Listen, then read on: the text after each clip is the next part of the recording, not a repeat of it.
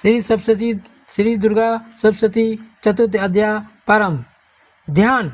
जिन देवी को देवगण चारों ओर से आवित रखते हैं और रिद्धि सिद्धि की आकांक्षा वाले मनुष्य जिनकी सेवा शुश्रूषा में तत्पर रहते हैं, उन जया नाम वाली दुर्गा देवी की आराधना करना उचित है।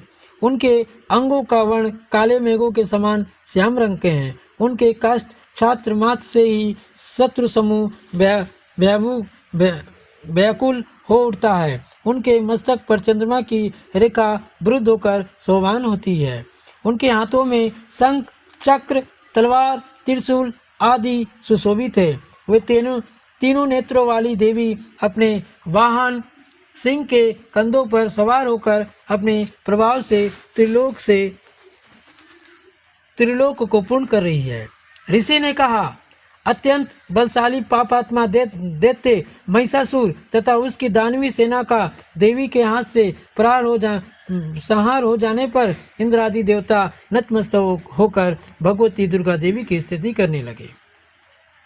ऐसे समय में उनके सुंदर अंगों में प्रफुल्लता के कारण रोमांच हो रहा था। देवताओं ने कहा, आपका स्वरूप ही सब देवों की शक्ति समूह है। आपने अपनी शक्ति से संपूर्ण विश्व को व्याप्त कर रखा है। आप समस्त देवों तथा महर्षियों के द्वारा परम पूज्य है। हे जगदम्बा, हम आपको भक्तिभाव से प्रणाम करते हैं। आप हम लोगों का कल्याण करें। जिन देवी के अतुलनीय प्रभाव और शौर्य का वर्णन करने में भगवान शेषनाग, ब्रह्मा और शिव जी भी असमर्थ है, वे ही भगवती चंडिका समस्त विश्व का पालन तथा अशुभकारी भय के नाश का विचार करे। जो धर्मात्माओं के गृह में लक्ष्मी रूप से, दुरात्माओं के यहाँ निरंतर रूप से, विशुद्ध अंतकरण वाले पुरुषों के हृदय में बुद्धि रूप से, सज्जनों में श्रद्धा रूप से तथा कुलीन मनुष्यों में लज्जा के रूप से विराजमान रहती है, उन महामाया भगवती दुर्गा को हम सब प्रणाम करते हैं। हे देवी, आप समस्त विश्व का पालन करिए। हे देवी, हम आपके इस अचिंतनीय रूप को असुरों के संहार, शौर्य तथा संपूर्ण देव दानवों के सम्मुख उत्पन्न हुए अद्भुत चरित्र का वर्णन नहीं कर सकते। आप ही विश्व की उत्पत्ति में कारण स्वरूप है। आप में तीनों गुण सत्व, रज और तम विद्यमान है, फिर भी दोषों के साथ आपका संपर्क नहीं होता। भगवान विष्णु तथा शिव जी ने भी आपकी महिमा को नहीं जान सकते। यह चराचर विश्व आपका अंश है। आप ही सब देव जीवों के लिए आश्रयभूत है, क्योंकि एकमात्र आप ही सबकी मूलभूत अव्यकृता पर प्राकृतिक है। हे देवी, जिसके उच्चारण से सभी यज्ञों में देवताओं की तुष्टि होती है, वह स्वाहा आप ही है। इसके अतिरिक्त आप पितरों को भी तृप्ति प्रदान करती है। इस कारण सभी लोग आपको श्रद्धा के नाम से संबोधित करते हैं। हे देवी, आप ही पराविद्या, जिसमें मोक्ष की प्राप्ति, अचिंतनीय महाव्रत, स्वरूपता, समस्त देवों से हीनता, जितेंद्रियता, तत्व की सारता होती है, और सभी मुनिजन जिसके लिए निरंतर अभयशील रहा करते हैं। आप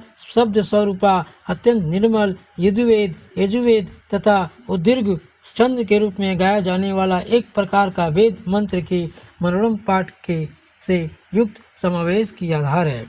आप ही देवी तीनों वेद और 6 ईश्वरों से उत्पन्न भगवती है।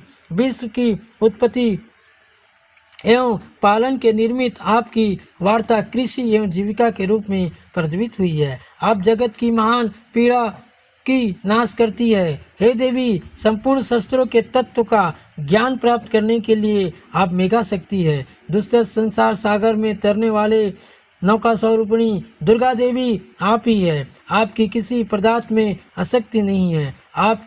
आप ही केटभ के शत्रु भगवान विष्णु के वक्ष में निवास करने वाली लक्ष्मी तथा शिव द्वारा सम्मानित गौरी देवी भी है। आपका मुख कमल मृद हाथ से युक्त निर्मय चंद्र पूर्व चंद्र दिव्य चंद्र द्रविक के समान और उत्तम स्वर्ग की सुंदर आवाज से भाषित है।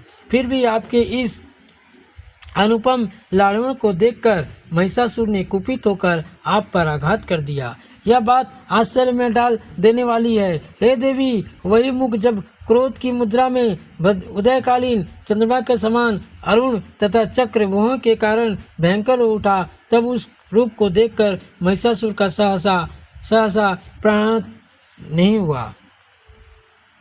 यह और भी अधिक आश्चर्य की बात है, क्योंकि क्रुद्ध यमराज के सामने कौन प्राणी जीवन धारण करने में समर्थ हो सकता है। हे परमात्मा स्वरूपा देवी, आप प्रसन्न हो। आपके प्रसन्न होने पर विश्व का उत्थान होता है और कुपित होने पर कितने ही वंशों का नाश हो जाता है। यह बात अनुभव द्वारा ही प्रत्यक्ष प्रमाणित हुई है। आपके क्रोधाग्नि में महिषासुर की विशाल वाहिनी सेना भी क्षण मात्र से में भस्म उठी। आप सदैव अभियुद्ध करती है। आप जिन लोगों पर कृपा दृष्टि रखती है, वही लोग देश में सम्मान, धन और ख्याति प्राप्त करते हैं।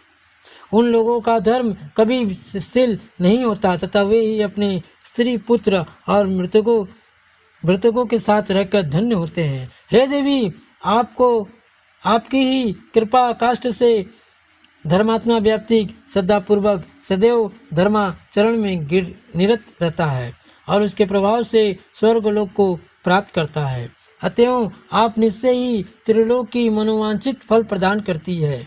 हे माँ दुर्गे, आप शरण मात्र से ही सब जीवों का भय निवारण करती है और स्वस्थ मनुष्यों द्वारा चिंतन करने पर उन्हें परम कल्याणकारी वृद्धि देती है।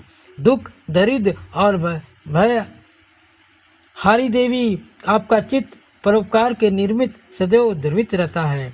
ऐसा दूसरा कौन है।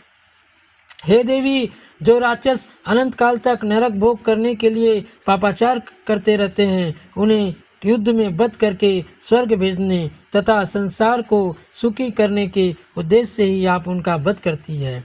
आप अपने शत्रुओं पर शस्त्रों का आघात क्यों करती है। आप केवल अपने दृष्टिपात से ही संपूर्ण दैत्य समूह को भस्म कर सकती है, तो भी आप ऐसा न करके युद्ध स्थल में उनका संहार करती है। इस बात से में भी कुछ रहस्य जान पड़ता है। वो यह है कि मेरे शस्त्रों के प्रहार से पवित्र होकर वे सब स्वर्गपुरी में जाए। इस प्रकार उनके प्रति आपके उत्तम विचार होते हैं। खंडक के तेजो राशि की भयंकर तृप्ति तथा आपके त्रिशूल के अग्रभाग की घनीभूत क्रांति से चकाचौंध होने पर भी असुरों की आंखें नष्ट नहीं हुई, क्योंकि वे सब मनोरम किरणों से युक्त आनंद प्रदान करने वाले आपके मुख चंदन का दर्शन कर रहे थे।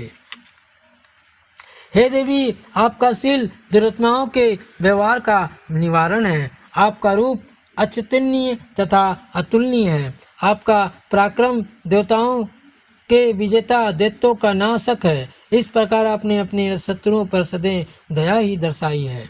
हे वरदात्री देवी, आपके इस शौर्य की तुलना कहीं भी नहीं हो सकती। शत्रुओं को त्रास करने वाला एवं अत्यंत मनोहारी रूप अनंत कहीं दिखलाई पड़ सकता है। हृदय में दयालुता और युद्ध में निर्दयता, ये दोनों बातें एक साथ होने का भाव केवल त्रिलोक में आपके सिवा और किसी में नहीं है। हे अम्बे, आपने शत्रुओं का वध करके उन्हें अमर पद दिलाया है। उनसे प्राप्त होने वाले भय को हम लोगों से दूर किया है। हमारा आपको नमस्कार है। हे देवी, आप शूल के द्वारा हमारा रक्षण करें। हे अंबिके, आप अपने खंडक, घंटा, ध्वनि की टकार से हमारी रक्षा कीजिए। हे चंडिके, आप हमारे पूर्व, पश्चिम, दक्षिण तथा उत्तर में अपने त्रिशूल को घुमाकर हमारा परित्याग करें। आपके जो परम सुंदर एवं अत्यंत भीषण रूप त्रिभुवन में विचरण करते हैं, उसके द्वारा आप हमारी तथा भूतल की रक्षा करें। हे अंबिके, आपके कर कमलों में सुशोभित होने वाले खंडक, शूल, गदा आदि जो भी अस्त्र शस्त्र है, उन सभी द्वारा आप हम लोगों का रक्षण करें। ऋषि ने कहा, इस प्रकार सब देवताओं ने उस जगन माता का मिलकर सत्वन तथा नंदन कालन इंद्रदेव के बगीचे के नाम के दिव्य पुष्प एवं गंध चंद्र आदि के द्वारा पूजन किया। तदंतर दिव्य दुबों का सुगंध अर्पित किया। तब देवी ने करवत होकर प्रणाम करते हुए उन देवताओं से कहा, हे देवगण, तुम सब लोग मुझसे अपना अभिष्ट पदार्थ मांग लो। तब देवताओं ने कहा, भगवती की कृपा से हम लोगों की सभी आकांक्षाएं पूर्ण हो गई है। अब कुछ भी इच्छित वस्तु मांगने के लिए नहीं है।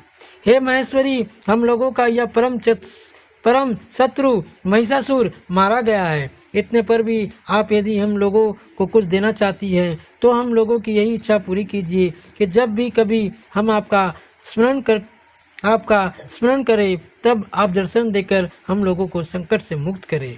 हे प्रसन्ना वदना अंबिके, जो भी व्यक्ति इन स्रोतों के द्वारा आपको की आराधना करे उसे धन धान्य आदि तथा स्त्री पुत्र आदि से संपन्न करे तथा सदैव हम लोगों पर आप प्रसन्न रहे। ऋषि बोले, हे राजन, देवी ने अपने तथा विश्व की कल्याणकारी कारण जब भगवती भद्रकाली देवी को स्तुति द्वारा प्रसन्न किया तब वे तथास्तु ऐसा ही हो कहकर वहीं अंतर्ध्यान हो गई। हे राजन, पूर्व काल में त्रिलोक की हितकांक्षणी देवी जिस प्रकार देवी के शरीर से प्रदाभूत हुई थी वह सब कथा मैंने तुम्हें सुना दी। इसके पश्चात देवी की हितकारिणी देवी दुष्ट दैत्यों तथा शुभ और निशुभ नामक राक्षसों के संहार के लिए जिस प्रकार गौरी देवी के अंगों से अवतरित हुई थी उसका वर्णन मैं तुम्हें सुनाता हूँ। इस प्रकार मार्कंडेय पुराण के सार्वणिक मता कथा के अंतर्गत देवी वास्तव में वर्णित इंदिरादि स्तुति नामक चौथा अध्याय समाप्त। बोलो शेरावाली माता की जय। पंचम अध्याय के लिए कंटिन्यू इस वीडियो को देखते रहे। धन्यवाद।